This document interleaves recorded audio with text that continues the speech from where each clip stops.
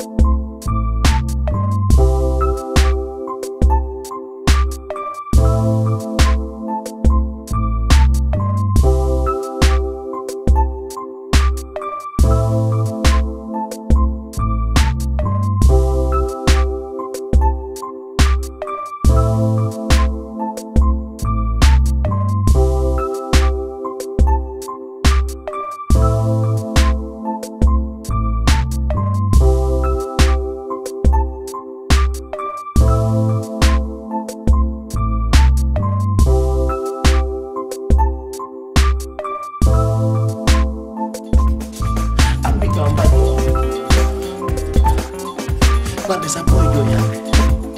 Mira.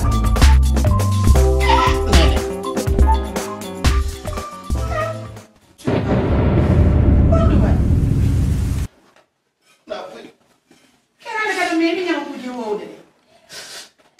Minha não é minha que ponhava com o olho. Não era do cadê ele de gara. Quando vai? De gara, mano. De gara, não tem nada de sair, mano. De sair. Quando vai? Quando vai me sulle palle? Che anni fi alla moda un l'amico? Quando vai? Marwana, Come mai? Quando vai l'amico? Quando vai? Oh, la tela. Marwana, boba. Quando la so mai? Capo ullugo. Aja me ko ullugo ulle no jone fo. Come mai che vai ora nella quando vai l'amico? Ando ni ba esa pojo mi ali boba ngomi un petaje fi boba ngomo mari haduna. Dari ma wena ulla na no radimo. Mi radaki mo bi. Ake ullugo no fe wota ulli. Ko mi do wata ko wondo watte do. Marwana ye. Oye yon to akireni ullugo lo fi ala to mobu do kawte. Ono radimo. Mi radaki mo kadi fi o wortu. Awakireni fi ala mse balde yimme fe kam kasu. Me ake dum do fi ala. Me fi ala. Akireni ka. Mi da ko ko ullo ton do fe. Akireni fi ala. To no joko te ullugo. Yangi wana mi rajo. O way akireni do mando martansio. Tendini yo. Mi radi mo le koy. O gani o jangi le koy kadi o ari université. O gani non kadi o gani dew. E Allah sabu jamu ko joni mo artray so jaw bali mi ngone jang. Taw si be jokkana elando e gondi ha be yana do hinono be fewndori. Taw to mi yata Marwan. Allah joma. Koy pay ko yande mi wolano be woto be raddo koy pay ko yande asus tawi de me Allah walli mbay o wujjare o yaade mu. Allah walli.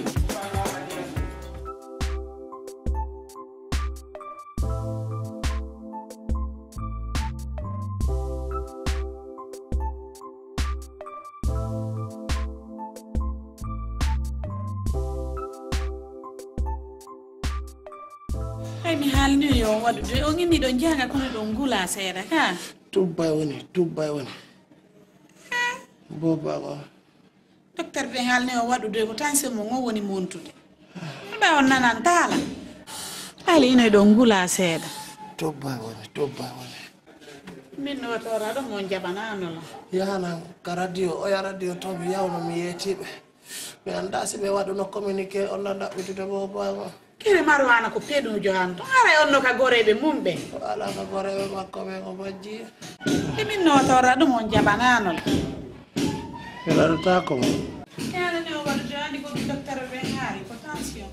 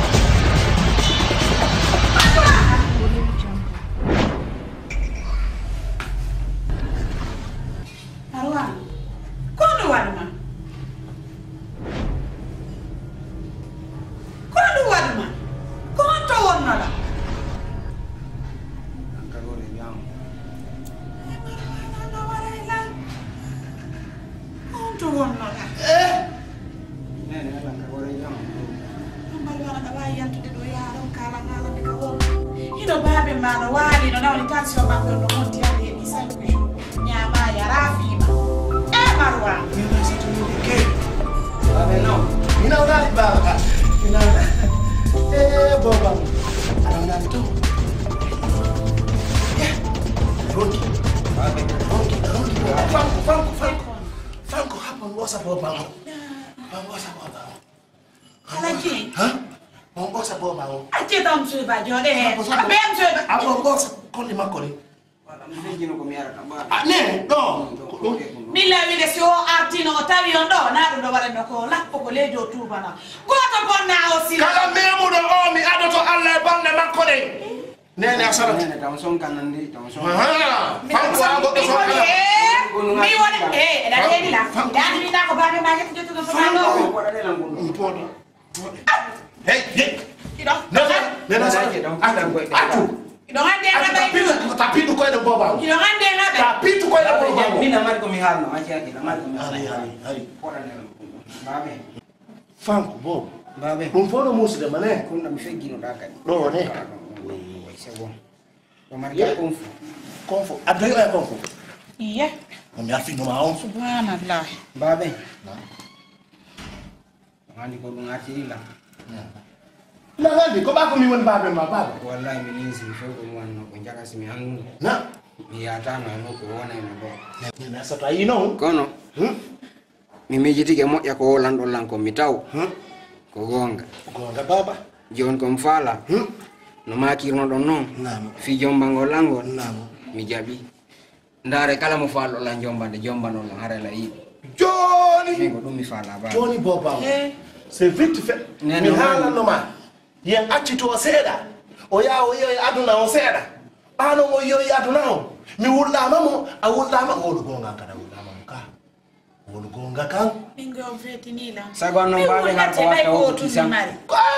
Harana en neɓi ko watta o waɗe. En ngala neɓinde. Ene ko wonɗe wadde ko. Nena satum. A kippana en woni. Ndaro.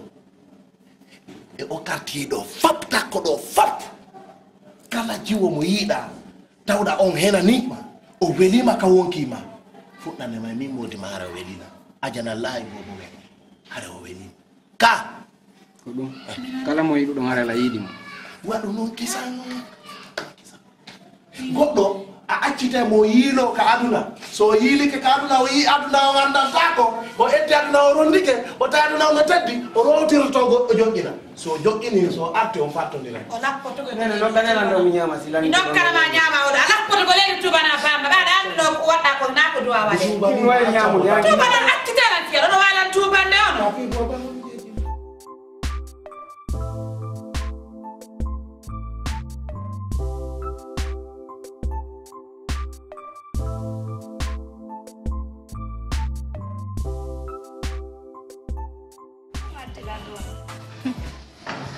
Ene Sadio.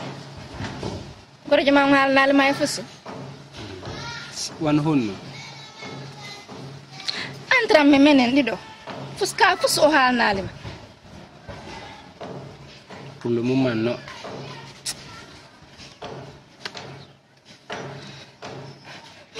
Marwan falana wadder ko ndu wadi kede gacce yani hakkunde mon ne non so men famondiri won tajacci non ce n'est pas la peine hala nan kon par agayni landu managol quoi c'est-à-dire je suis confus ok wala mi yewto hakkunde mi gore juma Marwan accident janono yani hakkunde amen honno accident jano nongoy accident mortel ka bon no buri mortel andi accident jidi no ton 3 façons quoi vraiment ça je comme retouche mais quelle nouvelle enceinte qui enceinte ça c'est une véritable nouvelle ah bon es-tu sûr bien sûr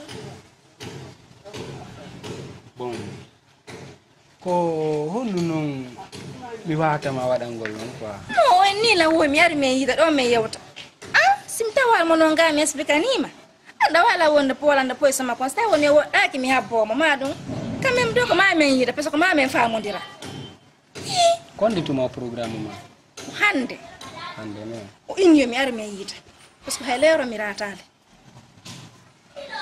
andi dans la vie gonga ko be wiyata kon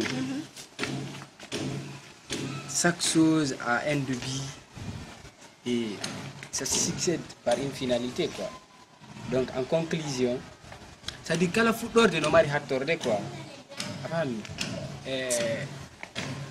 o aduna mo wonen do e mum kala ko yida wadi quoi andu hari Allah prévoit yino ma wada quoi famille c'est-à-dire le destin est inévitable ça quand même chose e kadi neddo c'est-à-dire kala ko hebuda ka aduna do ta tajo quoi il faut toujours t'espérer sois forte la famille ka message de quoi que tu me parles j'y viens la ngandi tu es une brave femme la famille ka la andi kadi tu iras jusqu'au bout ça pijugo wadi haisi ahala ma pijugo ne sois pas étonné quoi la famille donc je m'attendais à ça lang anduno quand même piwego yana et donc parce que j'ai parlé avec mon ami quand même en plus de cela j'ai pu faire quelques investigations quoi donc ça aboutit à un sort la famille donc ario kamo alando ario hanilang je ne pouvais pas aller droit au but mais parce que mi anda dans quel sens tu es venu la famille il faut que mi jentito ma mi anda wayi kontono da yawde ou bien donc ouais je comprends andi c'est-à-dire aduna ay même le prophète be mahaki aussi do ngadi ya sotti set andara si o yai quoi famille donc ara ne soit pas étonné ne soit pas quand même bon frustré bon gore jang quand même Marwan mo voyage quoi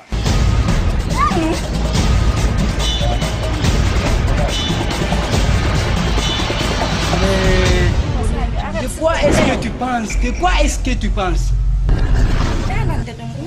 De quoi est-ce que tu penses? Non, arrête s'il te plaît. Mariam. Non. Mariam. Abolang, je te dis sois forte. Sois forte. Tu es si forte que ça.